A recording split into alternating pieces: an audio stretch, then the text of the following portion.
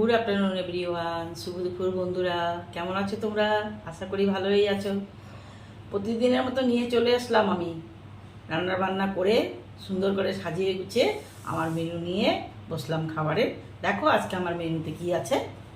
গরম ভাত, মুসুর ডাল, হালকা করে মুসুর ডাল, আর এটা হচ্ছে চাল কুমড়ো বড়া, বেসন দিয়ে করেছি, মুচমুচে করে খেতে ভালো লাগবে।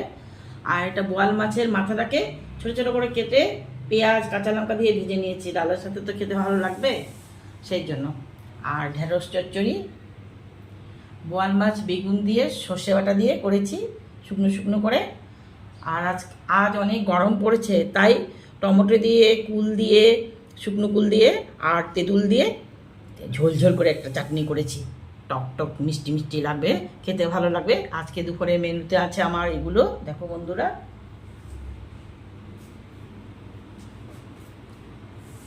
আজকে দুপুরের মেনুতে এগুলো। কেমন হয়েছে আমার সাজানোটা একটু বলবে, ভালো লাগবে। তোমাদের কি খাওয়া দাওয়া হয়ে গেছে? না হলে তোমরা অবশ্যই টাইম মতো খেয়ে নেবে। তোমরা সুস্থ থাকবে, ভালো থাকবে। পরের ভিডিওতে আবার তোমাদের সাথে দেখা হবে বন্ধুরা।